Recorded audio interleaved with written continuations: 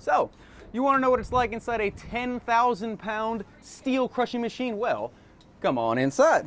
About 12 feet off the ground, sitting on top of 1,500 horsepower. And look at all these gauges. There's dozens of options, knobs and buttons, gauges, fuel, power, all kinds of stuff, capable of crushing these cars like they're little Hot Wheels. It is really cool inside this cab, but I tell you, don't be fooled by the pink color.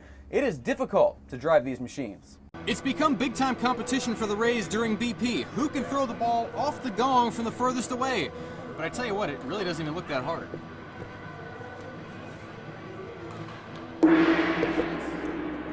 It's just that easy.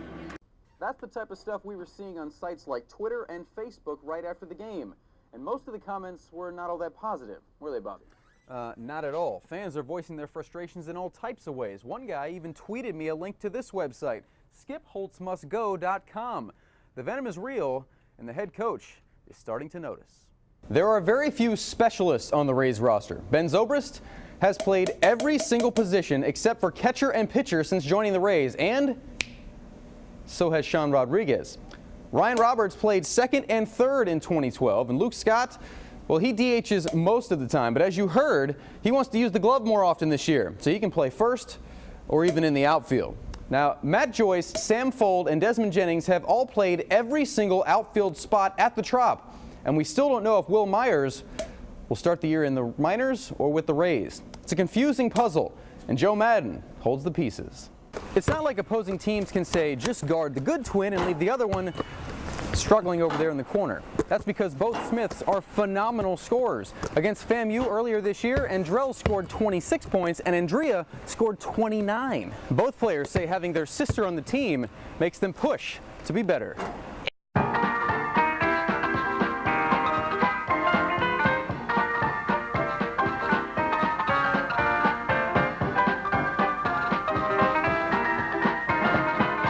No, don't adjust your calendar. It's actually still 2013. It just looks a lot like 1920 out here in Temple Terrace today, where golfers are ditching these steel clubs for the clubs that were used when the game first began. Hickory clubs. It's an opportunity for the players to remember what golf's all about. From the training room to the batting cage, and even here in the weight room, each workout is geared specifically for each athlete, and it's something the players say they don't get everywhere else. It's a reason why they come here to train for their season. Monday night after the loss to the Red Sox, the dugout was pretty quiet. But during the course of the week, the Bats woke up, and the Rays pounded out 46 runs in 5 nights, and now they're just 3.5 games out of that final wild card spot. Some of the kids in this camp aren't much taller than a baseball bat, but this is the same age that Matt Joyce was when he started playing baseball here on these same fields in Brandon. The opportunity to give back to kids in his hometown is very special to the Rays star.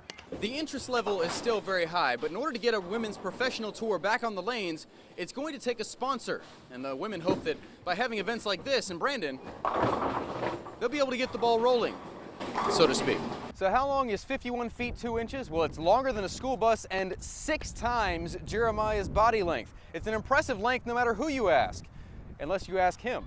He says he can fly even farther. Imagine training your entire life for a specific job or a trade that you really, really loved, and after all the work you put in, just before it came time to start your dream job, that chance vanished. Imagine the frustration. That's what Bay Area female bowlers are feeling after their professional dreams went in the gutter a decade ago.